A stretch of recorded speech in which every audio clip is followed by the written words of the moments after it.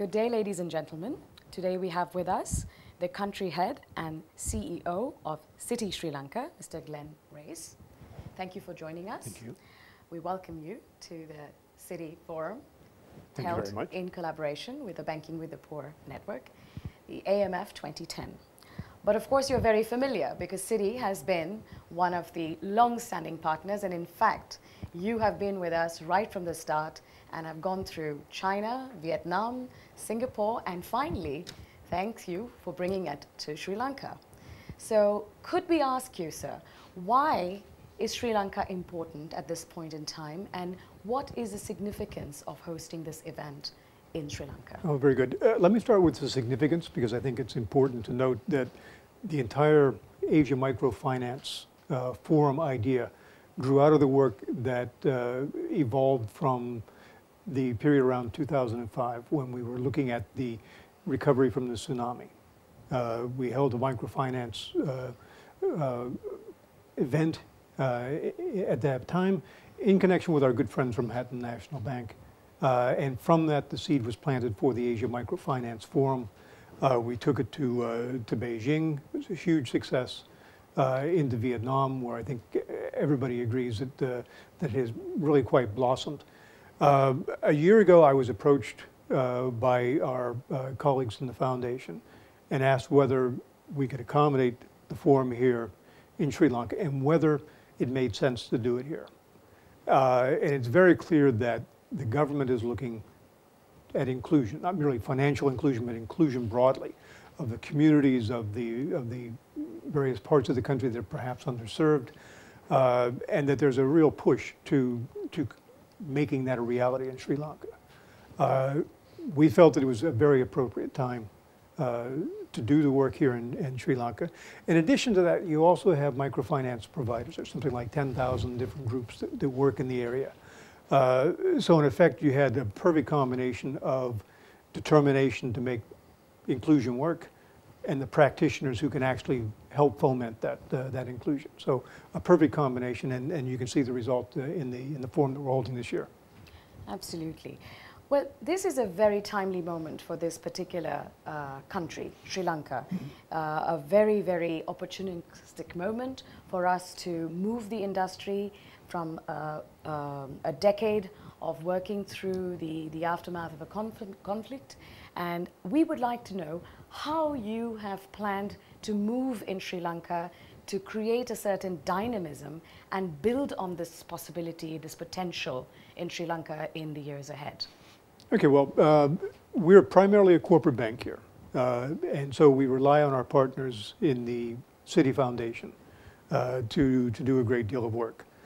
And in fact, they are providing funding for local provisioners of microfinance services, and we're working closely with that, and that will be a focus into the future.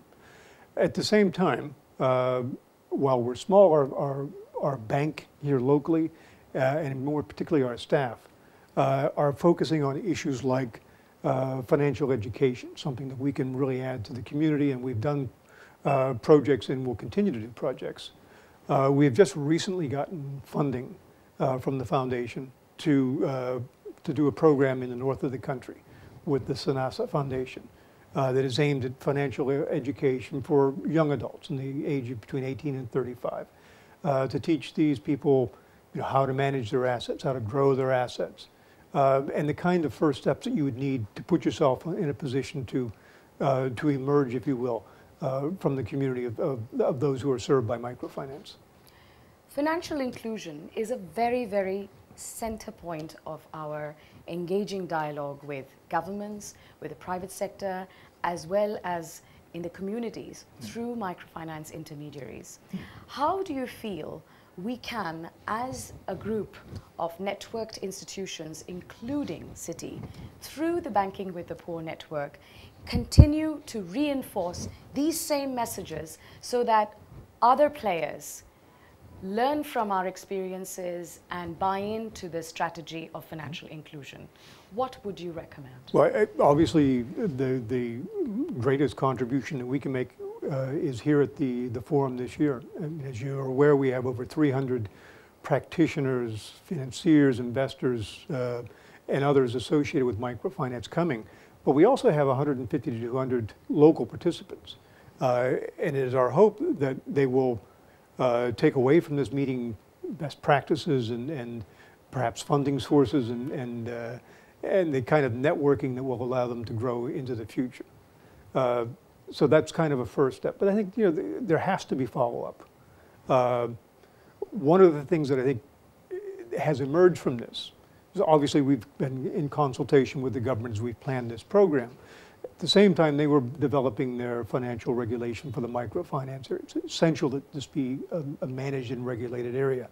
It was going forward anyways, but I think we gave impetus to that process. And the result is you have a combination of the event, of all the players coming together, of the local providers, and the government providing a legal and regulatory framework that will really advance the process here into the future. Thank you. One last question. There is going to be a great deal of need for innovation as well as creating a vision which informs a strategy for working in areas like Jaffna. Mm-hmm. There is going to be a difference in the way we move individually and collectively to reach those who have not yet been served. Yep. Where do you think we need to really focus and strengthen our collective and individual capacity in order to reach those who have not yet been reached, particularly in post-conflict areas? Are there particular instruments we are exploring? Are there products that you feel that you can highlight? Or is there something more that needs to be done in terms of understanding more about demand? That's an incredibly broad question. Exactly. I think the answer at the very first step is financial education. If you provide people resources without tools to manage it, you create a problem. So I think the first step is financial education, and that associated then with finances and with a continuing relationship, because what you hope will emerge out of microfinance is a class of entrepreneurs who then grow into mainstream. And that's ultimately the goal, but it is an all-connected piece. And reaching out to the various communities. Obviously, some communities will have specific needs and you have to address those specifically. There are some broader issues that are applicable to almost everybody. And the trick is to figure out which is which and to make sure that you're not providing a service that's unneeded and missing an opportunity to do something useful for a community. So that's, as I say, it's a broad question and there are many, many answers. Well, Citi is certainly an extraordinary organization because it not only has served through retail banking, but through your family of organizations, including the foundation, you have obviously been able to find ways in which to deal with capacity building, with policy and advocacy initiatives. And now I see more and more coming from Citi in the area of financial literacy and financial inclusion, which is related directly to product development. So all of these things are perfectly linked with the agenda and the objectives of the Banking with the Poor Network, as well as its members. I thank you for joining us and sharing your experience. Thank you again and all the best. Thank you so much.